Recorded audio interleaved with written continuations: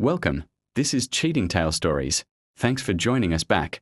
Today's story will show you that sometimes the person you think will save you becomes the one who destroys you completely. Stay with me until the end because this twist will leave you absolutely stunned. My name is David, and I need to tell you about the day my entire world collapsed and then rebuilt itself in ways I never imagined possible.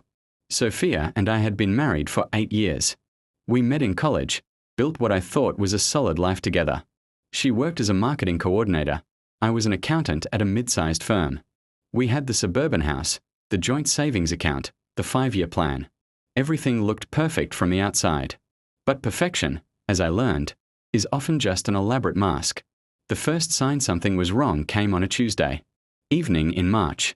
Sophia had been working late more frequently, coming home with stories about demanding clients and impossible deadlines. I believed her. Why wouldn't I? Trust was the foundation of everything we'd built together. That Tuesday, she forgot to log out of her laptop before rushing to the shower. A message notification popped up on the screen as I walked past. Just a preview, but enough to make my blood run cold. Can't wait to hold you again tomorrow night. The sender was listed as R. Harrison. I'd never heard that name before. My hands trembled as I opened her message history. What I found there destroyed 8 years of my life in the span of 10 minutes. Months of messages, plans to meet, declarations of love, and complaints about me. About how I was boring, how I didn't understand her like he did, how she was planning her exit strategy. The messages revealed everything. Richard Harrison was her affair partner, someone she'd met through work connections. He was recently divorced, lived in an upscale apartment downtown, and according to their conversations, had been promising Sophia a real life, away from our mundane suburban existence. I sat there for 2 hours, reading through their digital love story while my marriage dissolved in real time. When Sophia came downstairs, hair still damp from her shower, she found me sitting at the kitchen table with her laptop open between us. David. She started, but I held up my hand. How long? I asked. The conversation that followed was brutal in its honesty. She'd been seeing Richard for 6 months. She was in love with him. She wanted a divorce. She'd already consulted a lawyer about how to divide our assets. He makes me feel alive in ways you never could, she said. And those words cut deeper than any blade ever could. The divorce proceedings moved faster than I expected. Sophia had done her homework. She knew exactly what she was entitled to, had documentation prepared, seemed eager to start her new life with Richard. We sold the house, split the proceeds. She took her half of our savings, her car, and most of the furniture we'd accumulated together. Within 3 months, she was officially no longer my wife. Richard, I learned through mutual friends, was indeed everything he'd appeared to be in those messages. Successful marketing executive, well-connected, charming. He owned a beautiful downtown condo and drove a luxury car. Sophia moved in with him immediately after our divorce was finalized. For the first few months, I heard through the grapevine that they were blissfully happy. Social media posts showed them at expensive restaurants, weekend getaways, cultural events. She looked radiant in every photo, like someone who'd finally found her true calling in life. I won't lie. Those months were dark for me. I questioned everything about myself, wondered if I really had been as boring and inadequate as she claimed. I threw myself into work, started therapy, tried to rebuild some sense of self-worth from the ground up.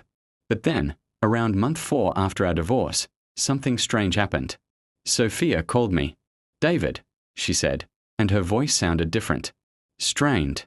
I need to ask you something. She wanted to know if I'd heard anything about Richard's business dealings.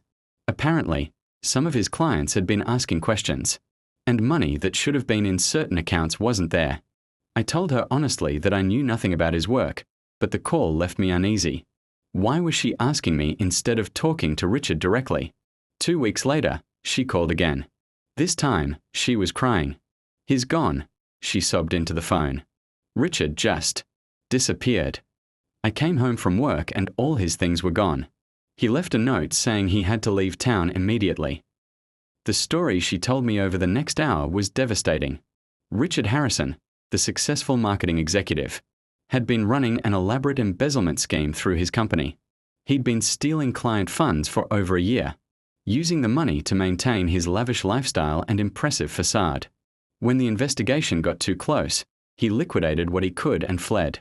But here's the part that made my blood run cold. He'd convinced Sophia to add his name to her bank account for convenience. The money she'd gotten from our divorce settlement, her entire share of our life savings, was gone. He took everything, she whispered. The money from the house, my savings, even the small inheritance from my grandmother that I'd been keeping separate. David, I have less than $200 to my name. But it got worse. The condo she'd been living in wasn't his. He'd been renting it under a false lease agreement, using stolen funds to pay for it. When the real estate company discovered the fraud, they gave her 48 hours to vacate. She was homeless, broke, and completely alone. I don't have anywhere to go, she said. My parents, after how I treated you, after what I put you through for this man, they're so disappointed in me. My friends, they all think I got what I deserved.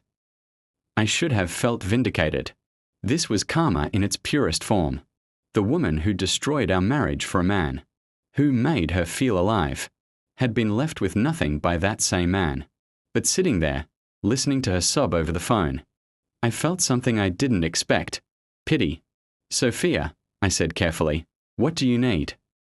The silence stretched between us for a long moment. I don't know, she finally whispered. I don't know anything anymore. Over the following days, I learned the full extent of Richard's deception. He hadn't just stolen from his company. He'd been running romance scams on multiple women simultaneously. Sophia wasn't his only victim. There were at least 3 other women who'd been financially devastated by his lies. The FBI was involved now. Richard Harrison wasn't even his real name.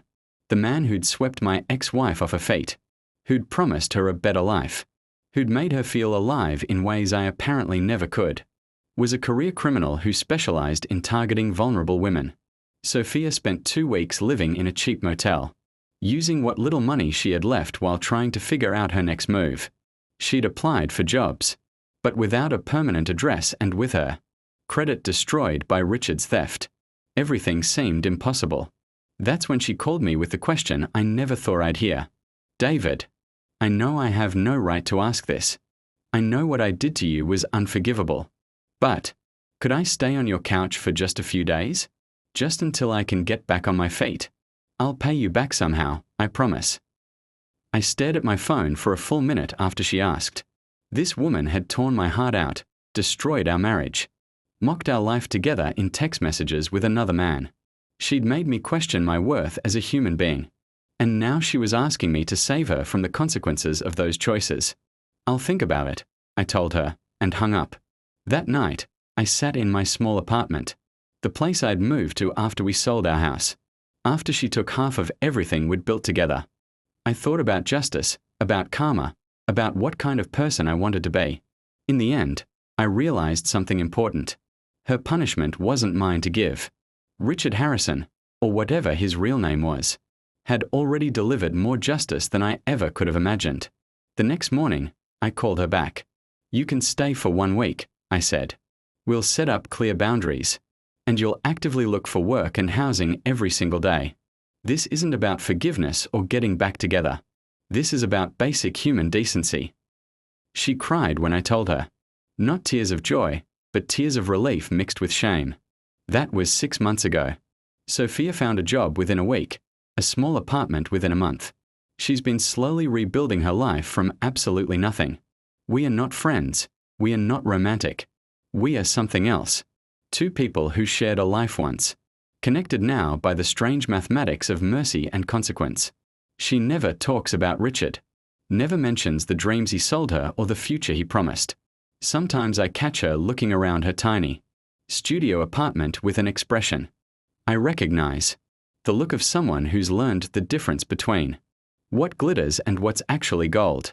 The FBI never caught him. Richard Harrison, career criminal and professional heartbreaker, disappeared into whatever new identity he'd crafted for himself, probably already charming some other unsuspecting woman with promises of a better life. But here's what I learned from all of this. Sometimes the worst thing that can happen to someone isn't losing everything. Sometimes it's getting exactly what they thought they wanted, only to discover it was never real in the first place. Sophia got her exciting life with the charming man, who understood her in ways I never could. She got freedom from our boring suburban existence. She got exactly what she'd been dreaming about in those text messages, and it destroyed her more completely than anything I could have done in revenge. Thanks for listening to my story. If you found this tale as shocking as I did living through it, please subscribe to our channel and hit that notification bell. Share your thoughts in the comments below. And remember, sometimes the grass isn't greener on the other side. Sometimes it's not grass at all.